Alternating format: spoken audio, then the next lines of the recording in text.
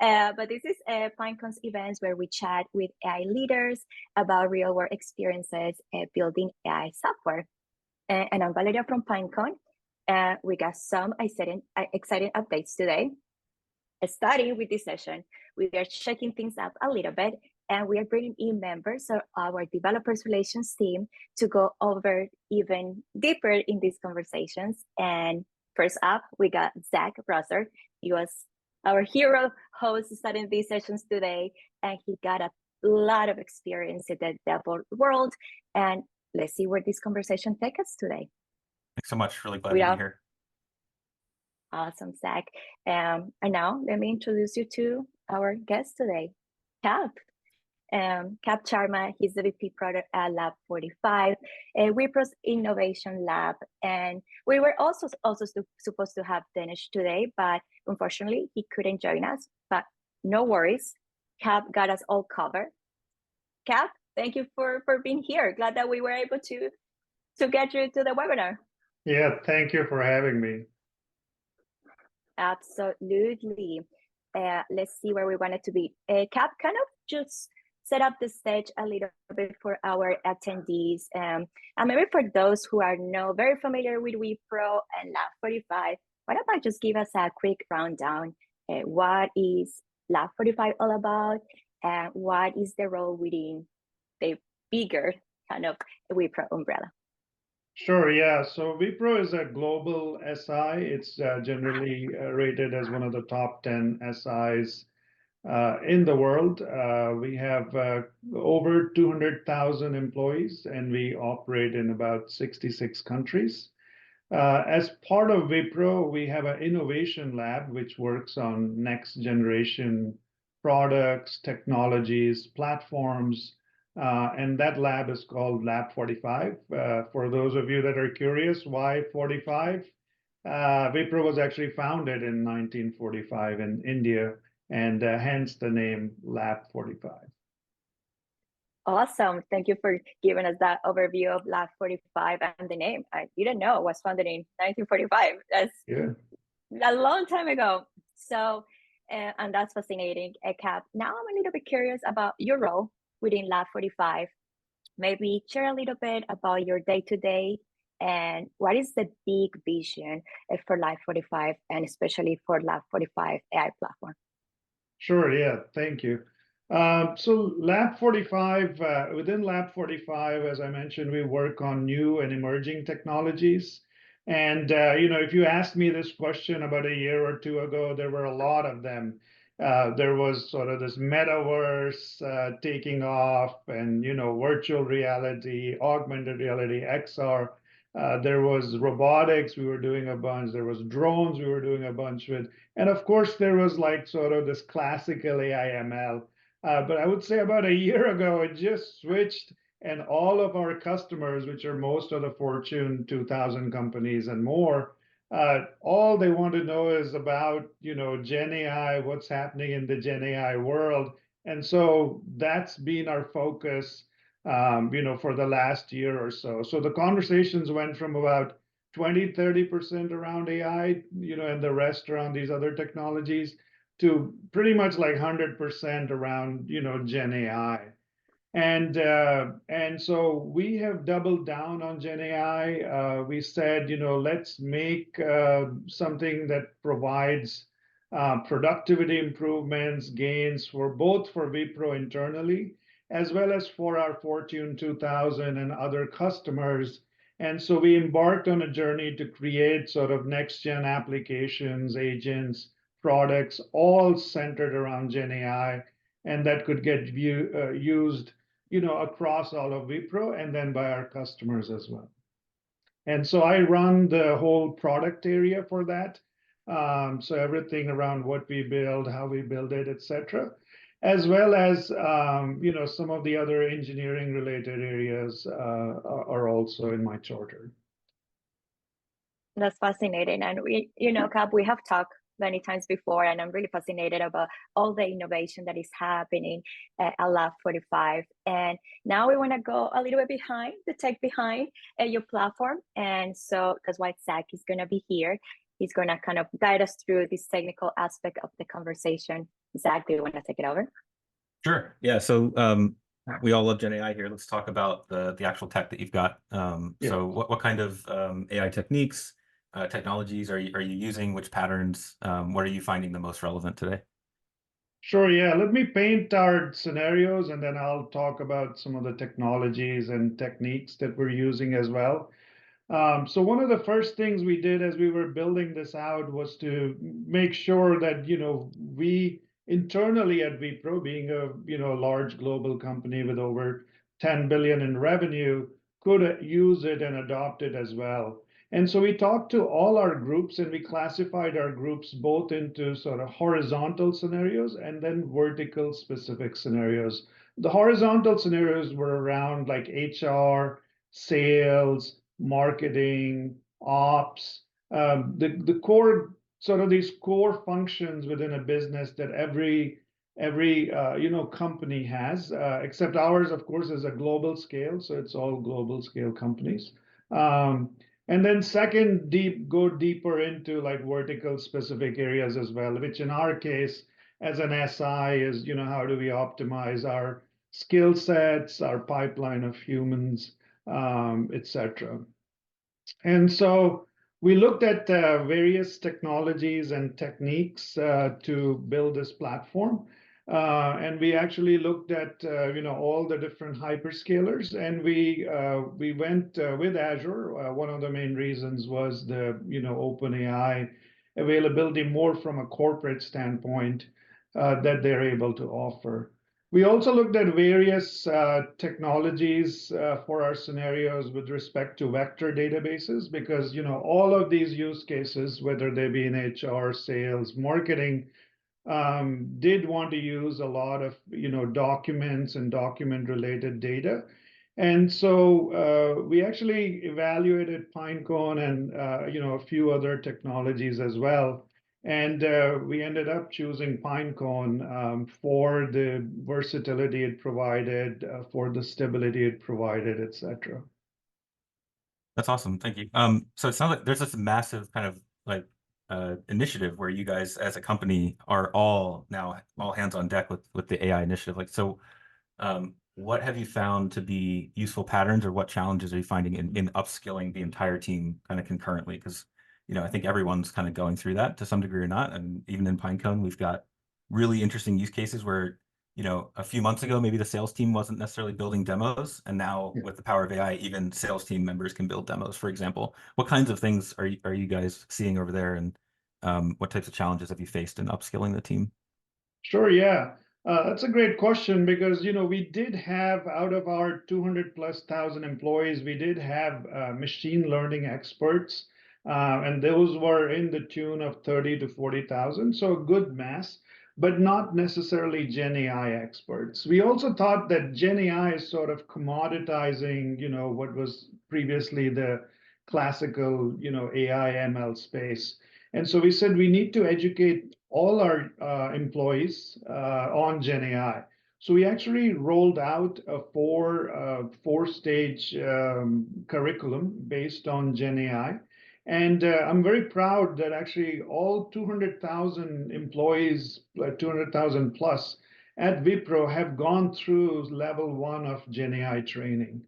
And then we said we need to take them, further down this cycle of becoming experts, particularly on Gen AI.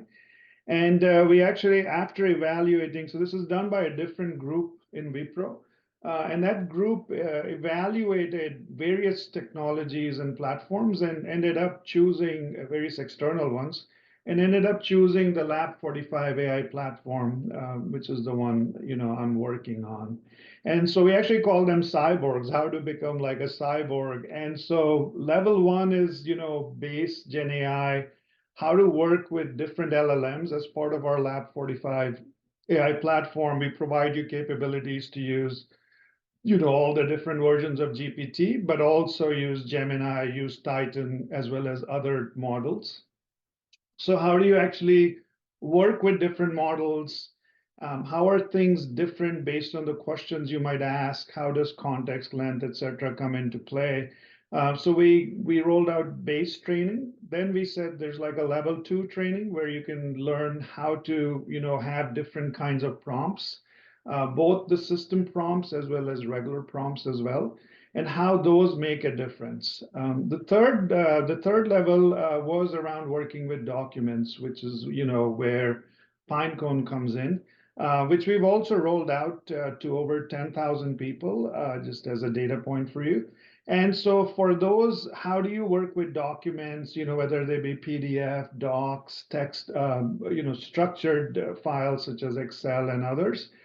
And, how do you query those, et cetera? So that's like another level of training. And then the final one, which we're actually just starting to roll out, is around, sort of next Gen AI agents. How can you have more complex, richer agents? And how can you build your own agents? I think, like you were asking, Zach. And what can we do with those agents? We're finding this has been very successful, and we base that on the usage that we're seeing across our customer base. So about a year ago, or so, we had sub 100 users. Now we've essentially enabled over 100,000 people at Wipro to be able to use this platform. Tens of thousands have gone through training using the platform, and we're seeing our daily usage, the DAOs and MAUs, increase as well. And it is global scale, so we are seeing people, use it across the globe. One interesting thing we're seeing is previously where people were working with single documents, and these could be fairly large documents. For instance, we had our global people operations using it to analyze contracts, and those contracts could go from 50 pages to over 1,000 pages. And they could be PDFs, they could be doc files. Some were actually just scanned images, so they would get a contract on paper and scan it. They could also be different languages, so they could be English, of course, but could be Spanish, French, even Eastern Asian languages like Japanese, Chinese, which are a little more complex to deal with. So we found that our end customers here actually used it for those fairly complex scenarios around contracts. And then we also found that they wanted to then use multiple documents, so essentially have data sets of documents. And in one case, we have over 5,000 document data set that we're getting used for as well. That's super impressive that you have such a comprehensive training paradigm. Yeah. It's one of the most mature that I've heard about, like in place right now. What type of employee response are you seeing? What types of things are people able to do that they weren't able to in the past? It sounds like the documents is an excellent use case and example, because there's tremendous value in extracting data from unstructured information essentially, and then codifying it as vectors. So what types of things are your employees saying, like, going through the training and kind of developing these new skill sets? Sure, yeah, absolutely. So one really great use case was with our HR team around our policies. So Wipro, being a global company operating, in 66 countries, we have global level policies, but then for each country, we have country level policies as well. And then for each of our regions, and we have 3 regions, Americas, sort of Europe, and then Asia Pacific. We have a few HR folks that are dedicated to each of those regions, and we're actually spending time on policy interpretation. And so, you would get questions such as, is MLK Day a holiday at Wipro, for instance, in the US? Or, what's our FMLA related policy in Thailand? Or you might get a question out of Japan that would actually come in Japanese. And so our HR folks, we found, we're spending 2 to 3 days to research on an average, to research these queries, and then get back to our employees, et cetera, on these.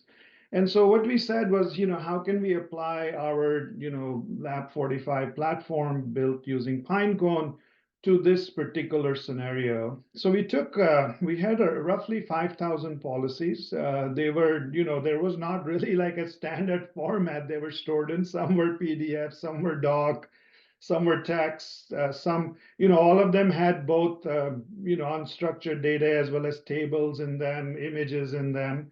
Um, and they were in different languages. So each country, had its own languages. I remember Japanese was like a particularly interesting one. And we took all of these and essentially loaded this as a data set, which ultimately obviously ended up between Pinecone and our Windows Azure or Azure Blob Store. And we put currently we have an application that we've built around it that's been rolled out to our HR base, which is about 2,000 people. And they're able to now quickly take a query that comes in, and it could be in any language, and they're able to check against this policy sort of app that we have and get back to our employees. So the great thing we found was their average times to resolution went from 2 to 3 days down to under 1 day in most cases. Second is, oftentimes there's only one person that can speak a particular language. So, you might be in Philippines with Tagalog or Japan with Japanese, etc. But because of the capabilities that are built into LLMs, as well as the enhancements that we've done, they're actually at least able to interpret, what is this like an urgent issue, because you have translation capabilities built into the platform, and get back quickly to the employee, right? So if it's a urgent issue, they can get back and then ping the person that speaks the language, and if it's non-urgent, they can come up with an answer, etc. as well. So we've found that our employee experience has gotten better, and then our HR folks love this as well. It's a terrific outcome. Kap and Valeria, there's some excellent technical questions from the audience that we can either keep until the end, or I could ask now. Do you have a preference? Let's leave them for the end. Okay. If you want cool. to, we can cover, because I know we're running a little bit of time, but yeah, Okay. let's leave like a few minutes for the end. Sure. I'll ask one more question. Kap, have you found value, or are you all pursuing, or how are you thinking about which models to use, which LLMs, evaluation, all of that good stuff? Like, kind of help us understand how you frame that in your mind. Sure, yeah. So one of the things we've done is, because we've democratized this platform and we offer the ability for our end users to use any of the models for their scenarios. They sort of self choose which are the models that work best for them, right? And we have found in some cases, and I don't want to name specific models, but you might have one version, and it could sometimes be an older version that works better for a particular use case than a newer version, or it might provide more consistency than some other version. And then in other cases that you find something from let's say a Google works better than something from some other hyperscaler, or OpenAI, etc. as well. So one is we let our end users, pick, because we provide them these particular capabilities. Second is, for some of the more sort of complex use cases, we look at all the different models and figure out which one would work best. So, for instance, we have a very interesting use case where we're getting contracts, or we're writing contracts, or we're bidding on contracts, and our COO org, the ops org, said, can you actually predict, based on the way a contract is written, whether it's, what kind of outcomes we might expect from it? Would it be profitable? Would it be neutral? Would it, could it run into margin issues, etc.? And so in those cases, what we actually had to do is combine an LLM with a custom model, right? And the custom model could be a deep learning model, it could be a neural network, etc. And so in those cases, what we found is particular LLMs combined with, like an ARIMA or LSTM, et cetera, would give the right kinds of answers. And how did we come up with that? That was much more quantitative, using some of the standard things in ML, such as precision, recall, scores, et cetera, and seeing which are the ones that best work for this fairly deterministic use case, right? Hey, here's a document based on the past history of our profitability, neutrality, or loss from that particular, contract. Can you do this kind of prediction, right? So in those cases, we went with one particular model, LLM model, combined, with like a neural net model for that particular app and agent. That's fascinating. Thank you. And it also just shows the value of evaluating your RAG, retrieval augmented generation pipeline after you've built it too. So yes, super fascinating. Thank you very much. Valeria, I'll turn it back to you. Awesome. And I have a few poll questions for the audience.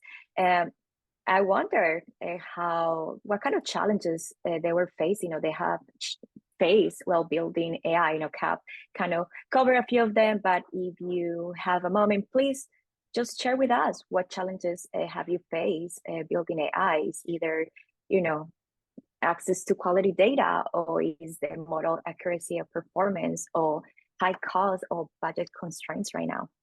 Let's give folks a little bit a moment to answer. Just kind of, I'm always curious to see everybody goes through different kind of journeys with AI and Kap. I mean, at your scale, it has been very impressive how fast you have been able to build this powerful platform that really is suited for different use cases and verticals. That's really impressive. Let's see, I'm gonna end this right now. I'm gonna share let me see, I think, can you see the results? Yeah, I can awesome. see. So about 36% of folks here say that, they're struggling or they face challenges with access to quality data. I think all of us can relate to that. 29 of them, model accuracy and performance. That's always an issue, right? We want to minimize hallucinations as much as possible, and 36%, almost equal as access to quality data, high cost and budget constraints. Yeah, now like knowing these challenges for these folks, for our audience today, do you have any tips or tricks based on your journey and your experience? Not just Lab45 and Wipro, but you have so much experience in technology. Any insights you can share with folks that they can take today to just hopefully help them with these challenges? Sure, yeah, absolutely. I think, it's actually, I think it's a good plug for Pinecone, but it's very true and honest. And so I've been working for, over 25 years incubating various platforms. I was at Microsoft. We're actually in the 90s. I was part of the team. We worked on SQL, then later, Office 365 and various other platforms. And while we were incubating, our Lab45 AI platform for Gen AI, we found that, there's all these new frameworks that are coming out, right? For instance, you might use LangChain for something or some other new technologies. Even on the vector DB space, there were many players that were just coming out or claiming they had capabilities that they didn't. And then as we started playing with it and scaling, what we found that is, like I think that survey showed, like accuracy and so on, that actually went down. So for instance, when you're using some of these open source frameworks, LangChain being one of them, as we started to scale, we found that they actually didn't work as good. So so they have a concept called document loaders for some of you that are familiar. And we actually found that, they started bombing, or a new update would come and it would stop working. And then as we scaled users as well, they couldn't keep up. And so we actually said we have to rewrite some of this. And we were lucky that we had, some engineers that were all ex engineers at the hyperscalers and some other well-known labs. And so we were able to write all of those to get past those kinds of issues. The one area which we are very thankful, both for the partnership and for Pinecone, is we actually found no real issues with Pinecone. So it was fairly consistent, with what was advertised, what we wanted in terms of RAG architectures, et cetera, as well. And remember, and that's been solid throughout the case. The only challenge, actually, one time we found, some of our latency had started to go up, and so we analyzed what kind of pods and machines we were using. We were on the X1 SKU, so we quickly realized we need to move on. And so then we moved from the X1s to X2s, and then now we have the X4s as well. Obviously, X4 is more for our production scenarios, and then we have the X1s and X2s for our sort of development and staging environments. So yeah, that's worked out pretty good for us. Thank you so much first for the shout out and also for sharing these insights. Hopefully our audience can take this and apply it to their journey with AI. We do have a few questions that I do want to spend some time answering them. So what about we do that? Let's see. So Mike is asking, and I don't know, Kap, if you can see them, but I can sort of kind of read them if you want 35 comments, so yeah. Comments. Okay, no, it's a Q&A. Let me help you here. Let me read them. So Mike is wondering, have you seen any limitations using OpenAI? As a large org, have you considered developing your own LLMs? Yeah, I see that Q&A. Yeah, I think good question. We did. So the nice thing we've seen with OpenAI is that we were starting to see some limitations when it was just 3.5, and then quickly 4.0 came on, and some of those limitations went away, and then or 4 came, and and then later 4.0, etc. Right, and so some of those limitations, whether it be the context length, etc. Some of those went away, or whether it be the multimodal capabilities. So, the rapidity of the development has been really helpful for OpenAI. But what we did find was that the consistency, goes down, or things that were working previously would stop working.